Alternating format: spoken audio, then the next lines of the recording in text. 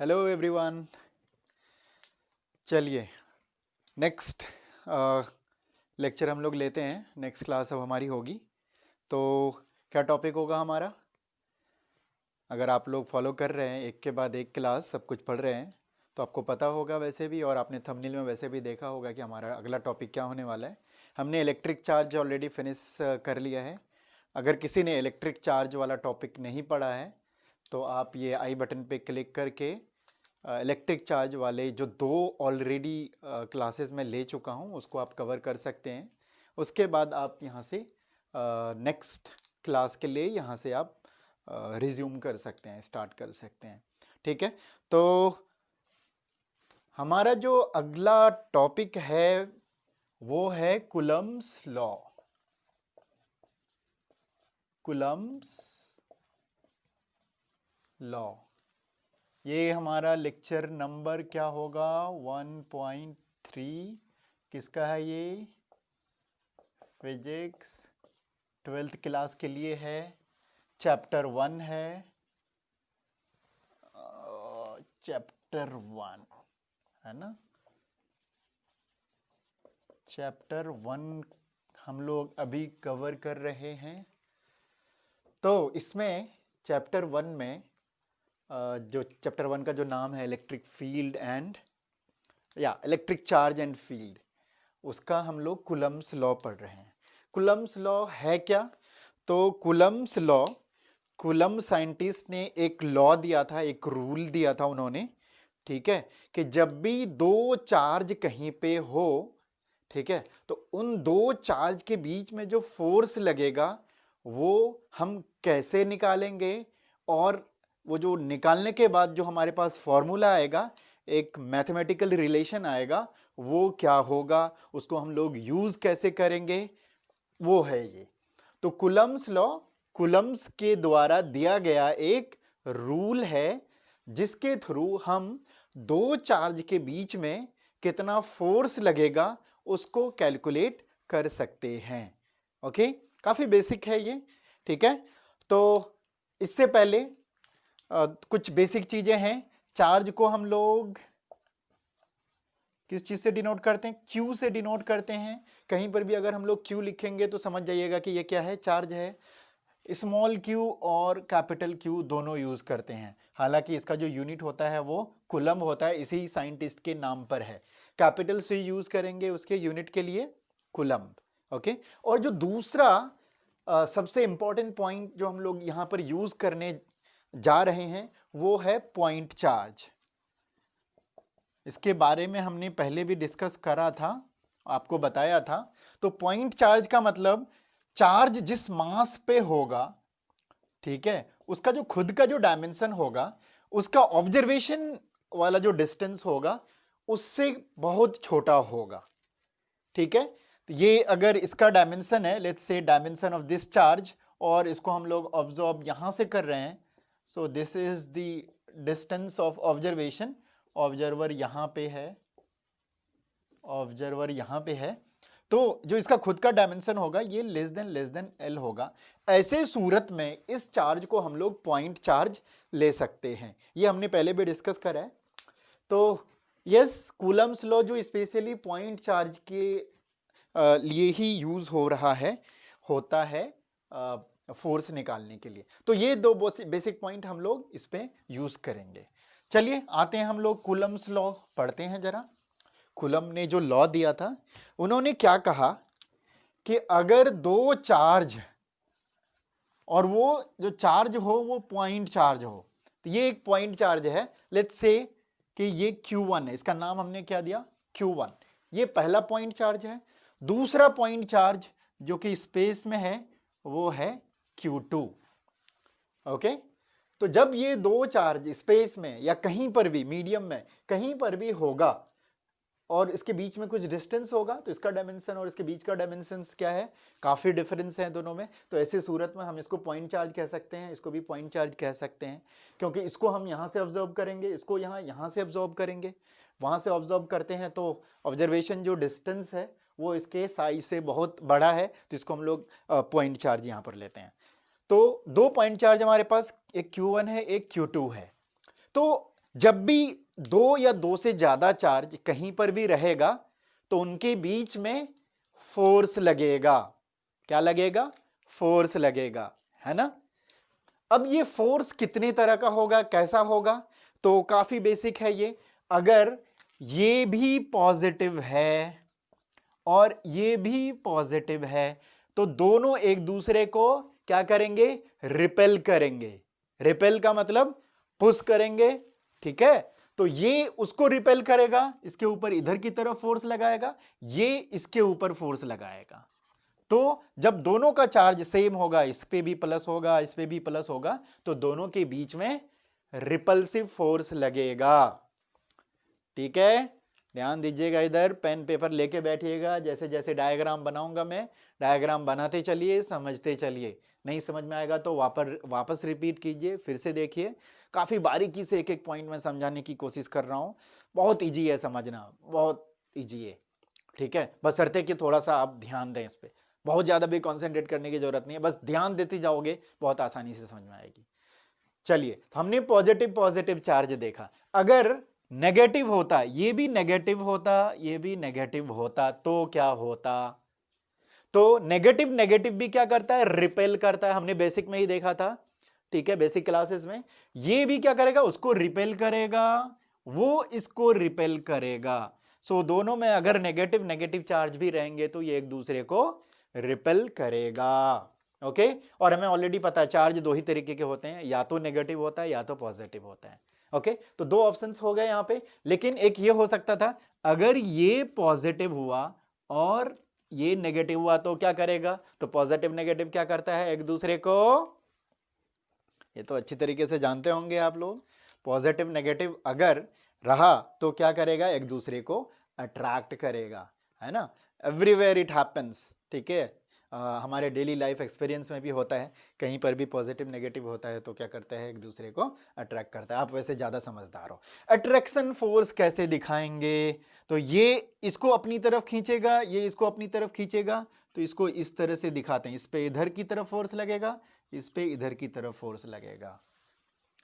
अगर ये नेगेटिव हो गया और वो वाला पॉजिटिव हो गया, तब भी क्या करेगा? ये एक दूसरे को अट्रैक्ट करेगा। तो अभी भी वो वाला इसको अपनी तरफ खींचेगा, ये वाला उसको अपनी तरफ खींचेगा। ठीक है, तो इस तरह की सिचुएशन होने वाली है आगे चल करके। अच्छा, हम ये एरो से क्यों दिखा रहे हैं? एरो से इसलिए दिखाते हैं कि फोर्स एक वेक्टर क्वांटिटी है जिसके पास मैग्नीट्यूड के साथ साथ डायरेक्शन भी होता है।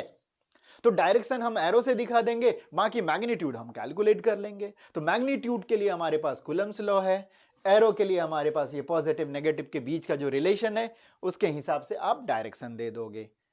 ठीक है, तो डायरेक्शन तो यहीं से क्लियर हो गया। ओके, अब हमें क्या कैलकुलेट करना है? मैग्नीट्यूड कैलकुलेट करना है इन दो चार्ज के बीच में। ठीक है, वो मैग्नीट्यूड, जो फोर्स का जो मैग्नीट्यूड होगा, उसका जो वैल्यू होगा, वो कौन देगा? ये कूलम्स जी देंगे, अपने रूल के थ्रू, अपने लॉ के थ्रू। तो कूलम्स लॉ क्या कहता है? तो कूलम्स लॉ कहता है कि अगर दो चार्ज Q1 और Q2, ठीक है, जो कि r डिस्टेंस से सेपरेटेड है स्पेस में, तो जो इनके ऊपर फोर्स लगेगा, ये जो एक दूसरे को फोर्स लगाएगा, फोर्स कैसा होगा वो हमने डिस्कस करा है। डिपेंड करता है कि Q1 पॉजिटिव है नेगेटिव है, Q2 पॉजिटिव नेगेटिव है, अकॉर्डिंगली आप फोर्स ऑफ रिपल्सन लगेगा या फिर अट्रैक्शन लगेगा। तो जो फोर्स लगेगा इन दोनों के बीच में, दैट फोर्स, अब हम लोग मैग्नीट्यूड कैलकुलेट कर रहे हैं, डायरेक्शन तो वहां से हो गया, सिर्फ मैग्नीट्यूड की बात करेंगे, वैल्यू की बात करेंगे हम। जो दो चार्ज के बीच में जो फोर्स होगा वो डायरेक्टली प्रोपोर्शनल होता है प्रोडक्ट ऑफ चार्ज के। अब हम लोग अगेन यहां पर चार्ज का सिर्फ मैग्नीट्यूड ले रहे हैं, पॉजिटिव नेगेटिव नहीं ले रहे हैं, बिकॉज पॉजिटिव नेगेटिव से ऑलरेडी डायरेक्शन तय हो गया हमारा कि डायरेक्शन किधर लगेगा फोर्स का। ठीक है, तो यहां पर हम सिर्फ क्या लेंगे? चार्ज का मैग्नीट्यूड लेंगे। तो जो फोर्स लगेगा इन दोनों के बीच में वो क्या है? Directly proportional to product of this two charges. Charge का अगेन यहां पर हम लोग सिर्फ मैग्नीट्यूड लेंगे। अगर ये -5 कूलम्ब है, ये 10 कूलम्ब है, तो यहां पर सिर्फ 5 कूलम्ब आएगा और ये 10 कूलम्ब आएगा। ओके, ऑल्सो एंड ये जो फोर्स है directly proportional to square of the distance between them. इनके बीच का डिस्टेंस क्या है, r है, तो 1/r² होगा, इनवर्सली प्रोपोर्शनल टू r²। जब इन दोनों को आप मिलाएंगे तो आपके पास जो आएगा, this force is directly proportional to Q1 Q2 product of Q1 Q2 divide by square of the distance between them. ये दिया था कूलम्स ने। इसका एक एक्सपेरिमेंट कूलम ने किया था, ठीक है, जिसको टॉर्जन बैलेंस एक्सपेरिमेंट कहते हैं। टॉर्जन बैलेंस एक्सपेरिमेंट से क्या होता है, किसी भी दो वस्तु या किसी भी दो चार्ज के बीच का फोर्स कैलकुलेट कर सकते हैं। तो गुरुत्वाकर्षण के लिए, ग्रेविटेशन के लिए भी क्या हुआ था, वही एक्सपेरिमेंट करके फोर्स निकाला गया था। कूलम्स ने भी वही किया था, कैवेंडिश ने बाद में किया था उस एक्सपेरिमेंट को, ठीक है। तो उसी एक्सपेरिमेंट से इन्होंने निकाला कि फोर्स क्या होता है, directly proportional to Q1 product of Q1 and Q2 divide by जो डिस्टेंस है उसका स्क्वायर। ओके, तो ये हमारे पास फॉर्मूला आ गया। अब प्रोपोर्शनलिटी को हटाएंगे तो यहां पर हमारे पास एक कांस्टेंट आएगा, उसके लिए हम लोग स्मॉल k यूज करेंगे, Q1 into Q2 by r², ये हमारे पास आ गया। F is equal to proportionality constant आ गया स्मॉल k वेयर, आप यहां पर लिख लीजिएगा, where k small k is proportionality constant, proportionality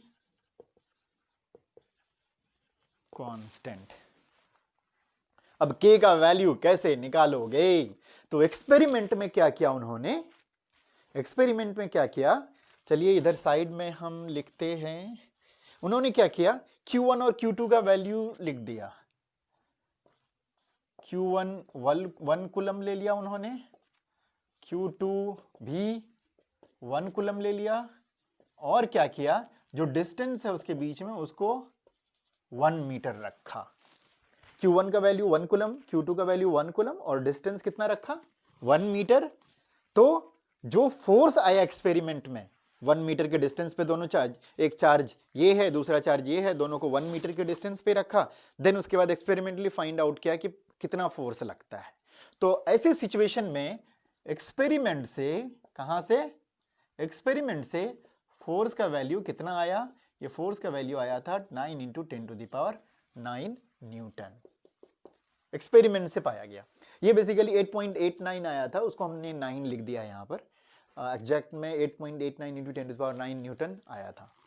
तो इतना फोर्स आने का क्या मतलब है, इस एक्सपेरिमेंट में आप देख लो, इसका वैल्यू 1, इसका वैल्यू 1, इसका वैल्यू 1, तो F इज इक्वल टू कितना आया, 9 इंटू 10⁹। तो इसका क्या मतलब हुआ कि this is equal to k। क्या है ये, स्मॉल k। तो सिचुएशन कैसा था जब इन्होंने ये रखा था, तो सिचुएशन रखा था कि वहां पर जहां पे दो चार्ज को रखा गया था और एक्सपेरिमेंट किया गया था, उसको स्पेस जैसा बना दिया था, मतलब वैक्यूम बना दिया गया था, वैक्यूम क्रिएट कर दिया गया था, ठीक है, स्पेस जैसी स्थिति बना दी थी, तब आपको फोर्स इतना मिला था। तो k का वैल्यू कितना आया, 9 इंटू 10⁹। कब, जब आपका मीडियम क्या हो, वैक्यूम रहे, स्पेस रहे, तब फोर्स इतना आया था। जिसका क्या मतलब हुआ, k। अब ये है कि ये जो फोर्स है दो चार्ज के बीच में, ठीक है, दो चार्ज के बीच में जो फोर्स है ये मीडियम पर भी डिपेंड करता है कि ये दो चार्ज के बीच में मीडियम कैसा है। मीडियम का मतलब एयर में रखा है आपने, वैक्यूम में रखा है, या पानी में रख दिया आपने, पानी में दो चार्ज को रख दिया और उसके बीच का फोर्स देख रहे हैं, ठीक है। किसी नॉन मेटल के अंदर रख दिया, मेटल के अंदर रख दिया, कहां पे रख रहे, नहीं रख रहे, ठीक है। ऐसा सिचुएशन जहां पे आप दो चार्ज को सेपरेट कर सके, मेटल में थोड़ा सा दिक्कत होगा, मैंने बोल दिया, लेकिन ये मीडियम कैसा भी हो सकता है, ठीक है, उस पर भी डिपेंड करता है। तो k बेसिकली मीडियम पर डिपेंड करता है। k का वैल्यू 9 इंटू 10⁹ आ गया, वेयर k का जो फॉर्मूला है ये स्मॉल k है, याद ध्यान रखिएगा, दिस इज इक्वल टू 1/4πε0। अब बेसिकली k किस पर डिपेंड करता है, एप्सिलॉन पर डिपेंड करता है, एप्सिलॉन पर डिपेंड करेगा k, और एप्सिलॉन का वैल्यू यहां पर 9 फॉर वैक्यूम 9 इंटू 10⁹ रख करके कैलकुलेट किया गया, तो एप्सिलॉन नॉट जो आया उसकी वैल्यू आई 8.85 इंटू 10⁻⁻12 एप्सिलॉन की वैल्यू आई, तो उसकी यूनिट भी हम लिख सकते हैं, ये के की उल्टी यूनिट होगी, और के की यूनिट क्या होगी, यहां से देख लीजिए, न्यूटन पर coulomb square, newton metre square पर कूलम स्क्वायर।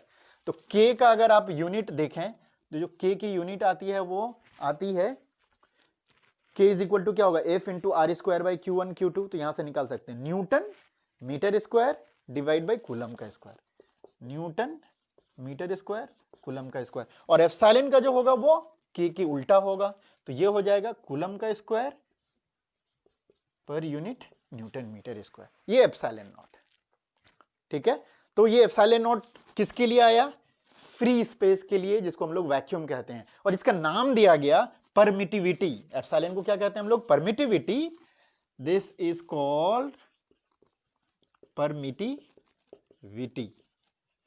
एप्सिलॉन को क्या कहते हैं हम लोग, परमिटिविटी, और यहां पर एप्सिलॉन नॉट है, मतलब किसके लिए, वैक्यूम के लिए या फ्री स्पेस के लिए, तो इसको कहते हैं permittivity of free space, permittivity of free space. ठीक है, तो यहां से आप एप्सिलॉन नॉट का वैल्यू अगर पुट करते हो तो इस तरह से आ जाता है। तो फाइनली जो आपका फोर्स का फॉर्मूला आया वो क्या आया, 1/4 pi epsilon naught Q1 Q2 divide by r square, where for free space we are using epsilon naught, epsilon naught हम लोग यूज कर रहे हैं, और इसका वैल्यू यहां पे पुट करते हैं, तो फ्री स्पेस के लिए आप इसको यूज कर सकते हैं 9 इंटू 10⁻⁹। सो हम डायरेक्ट फ्री स्पेस वाला कोई भी न्यूमेरिकल होता है तो F इज इक्वल टू लिखते हैं 9 into 10⁻⁹ Q1 Q2 by r square. इस तरह से हम लोग कैलकुलेट कर लेते हैं किसी भी दो चार्ज के बीच का फोर्स।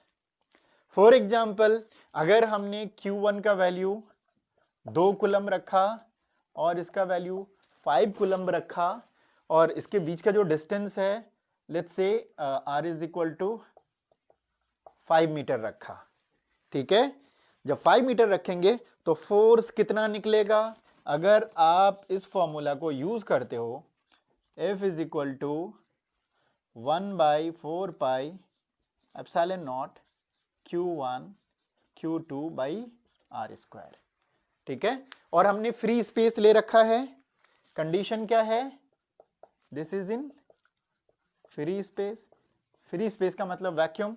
तो अभी इस सिचुएशन में फोर्स कितना लगेगा, 9 इंटू 10⁹, Q1 Q2, Q1 कितना है 2 कूलम, वो कितना है 5 कूलम, और डिस्टेंस कितना है 5 का स्क्वायर।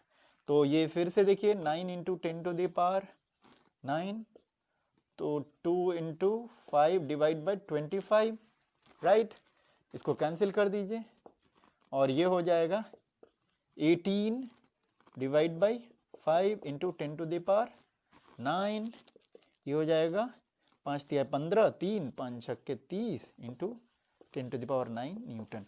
ये फोर्स लगेगा इस सिचुएशन में, कितना फोर्स लगेगा, 3.6 into 10⁹ newton of amount will act between this two force. हमने यहां पे दोनों पॉजिटिव ले रखा है, तो ये इसको रिपेल करेगा, इसके ऊपर इधर की तरफ फोर्स लगेगा और इसकी तरफ इधर की तरफ फोर्स लगेगा, तो ये सिचुएशन होगी। तो ये रहा आपके कूलम्स लॉ के बारे में, काफी बेसिक है, काफी आसान है, एक दो बार प्रैक्टिस भी कर लीजिएगा। ठीक है, अब इसमें थोड़ा सा मैं ऐड करता हूं और इंफॉर्मेशन, अगर हमने इसके बीच का मीडियम बदल दिया तो क्या होगा, क्या कर रहे हैं हम लोग, मीडियम को बदल देते हैं। मीडियम को बदलने का मतलब फ्री स्पेस के बदले हमने एयर रख दिया या वाटर में कर दिया, ठीक है, या किसी भी मटेरियल के अंदर रख दिया, हमने लकड़ी के अंदर रख दिया, तो मीडियम उसके बीच, दो चार्ज के बीच में क्या हो जाएगा, लकड़ी हो जाएगा। तो अगर हमने कोई मीडियम रख दिया तो फिर क्या होगा, उस सिचुएशन की बात करते हैं। तो मैं ऐसा करता हूं, सिर्फ लेफ्ट साइड को रब करता हूं, है ना, क्या है हमारे पास, अगर मीडियम है तो, if medium is there, medium रहेगा तो हमारा जो परमिटिविटी होगा,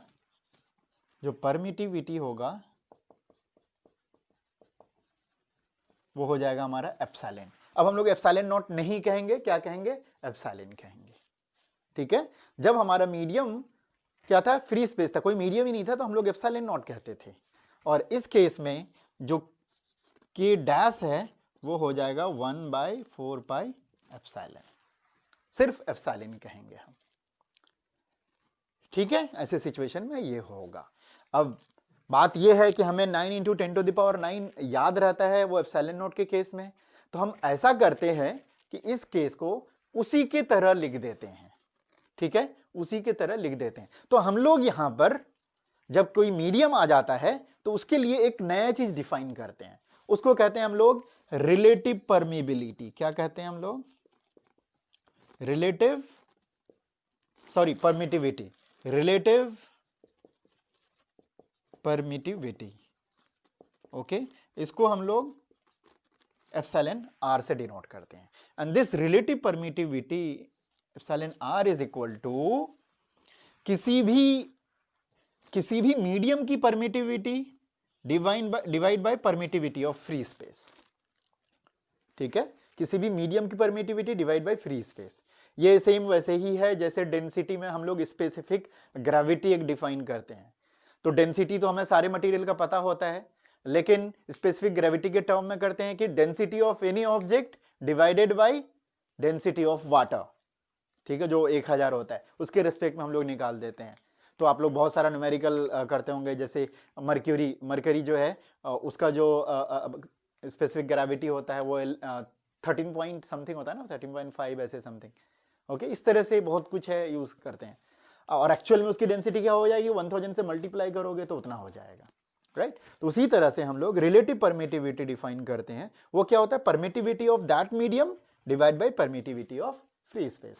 तो इस तरह से आप क्या कर सकते हो, permittivity of any medium will be equal to epsilon naught into epsilon r, right. अब इसको अगर आप उसमें पुट करते हो, देन अगर के डैश निकालते हो, इसमें स्मॉल के यूज करते हैं हर जगह, याद रखिएगा, बिकॉज कैपिटल के किसी और चीज के लिए यूज करते हैं।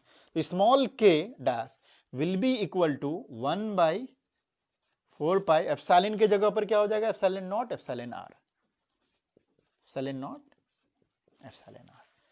ठीक है, और 1/4 पाई एप्सिलॉन नॉट को आप यूज कह सकते हो सिंपली के डिवाइड बाई क्या हो जाएगा, एप्सिलॉन आर।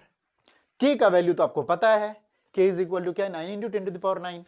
तो यहां पर के का वैल्यू 9 इंटू 10⁹ रखोगे आप, एप्सिलॉन आर की वैल्यू आपको पता होगी, आप आराम से के डैश कैलकुलेट कर लोगे। के डैश कैलकुलेट करोगे तो आपका जो फोर्स होगा वो भी आ जाएगा। नया जो फोर्स होगा एफ डैश, उसके लिए फॉर्मूला क्या होगा, 1/4 pi epsilon is equal to Q1 Q2 by r square. अब 1/4 पाई एप्सिलॉन, ओके, और इसके जगह पर क्या था, ये बेसिकली क्या है आपका के डैश है। के डैश के जगह पर हम लोग ऐसे लिख सकते हैं, k by epsilon r Q1 Q2 by r square. और ये जो पूरा है ये है आपका एफ के इक्वल, एफ बाई क्या हो जाएगा, रिलेटिव परमिटिविटी।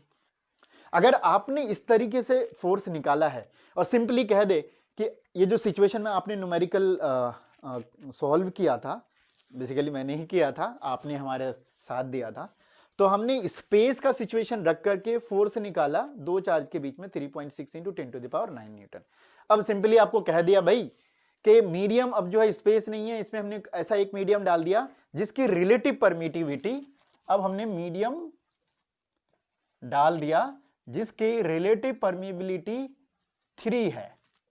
क्या है, रिलेटिव परमिटिविटी 3 है। तो अब कितना फोर्स होगा, तो आपने नॉर्मल तरीके से फोर्स कैलकुलेट किया था और आपको क्या करना है, अब फोर्स निकालना है। तो F क्या हो जाएगा ऐसे सिचुएशन में कि F डैश जो होगा वो जो नॉर्मल फोर्स निकाला था divide by epsilon r, F by क्या हो जाएगा 3। अच्छा ये बात देख लीजिए, यहां से आ रहा है कि जो नया फोर्स होगा मीडियम में वो स्पेस वाला जो फोर्स था उससे कम हो जाएगा, क्योंकि रिलेटिव परमिटिविटी से डिवाइड हो रहा है, और ऑलवेज रिलेटिव परमिटिविटी आपको एक से ज्यादा ही मिलेगा, ठीक है। एक से ज्यादा मिलेगा तो आप उसे डिवाइड करोगे तो आपका फोर्स कम हो जाएगा। तो जब भी आप मीडियम और स्पेस से अगर आप कंपेयर करोगे तो स्पेस में आपको जो फोर्स का वैल्यू ज्यादा मिलेगा चार्ज के बीच में, और मीडियम में फोर्स का वैल्यू कम हो जाता है ना। तो यहां पर देखिए, अगर रिलेटिव परमिटिविटी 3 है, 3 टाइम्स, तो आपका जो नया फोर्स होगा 3 से कम हो जाएगा। Now the new force will be 3.6 into 10 to the power 9 divided by 3, so this will be equal to 1.2 into 10 to the power minus 9 Newton, sorry plus 9 Newton, ये हो जाएगा। तो ये कहानी थी कुलम्स लॉ की, और अगर हम लोग मीडियम चार्ज के बीच में कर देंगे तो ये सिचुएशन होगा, ठीक है। आई थिंक डाउट तो नहीं होना चाहिए। अगर फिर भी कोई डाउट है तो आप कमेंट सेक्शन में लिखिए, ठीक है। मैं ट्राई करूंगा उसको एक्सप्लेन करने का, समझाने का, है ना। तो चलिए हमारे साथ बने रहिए, आगे का टॉपिक मैं बहुत जल्द फिर लेकर के आता हूँ, ठीक है। और कहीं भी दिक्कत नहीं होगी, बहुत बेसिक तरीके से समझाने की कोशिश कर रहा हूँ। चलिए आप इसको एक कंटिन्यूटी बना करके लेक्चर्स को देते रहिए। अगर एक बार समझ में ना आए तो दोबारा इसको रिपीट करके देखिए, रिपीट करते रहिएगा, और जब तक समझ में ना आए तब तक करते रहिए उसको। लेकिन मुझे जहाँ तक लगता है 1 से 2 बार में पूरी तरह से आप भी मास्टर बन जाओगे इस टॉपिक के लिए, ठीक है। बिकॉज फिजिक्स बहुत आसान होता है, बहुत ज़्यादा टफ नहीं होता, लेकिन उसकी एक समझने का वे होता है। अगर आपने सही तरीका से समझना स्टार्ट कर दिया तो ये बाएं हाथ का खेल है, ठीक है। चलिए फिर तो आज यहीं पर रोकते हैं। बाय बाय, टेक केयर, जय हिंद।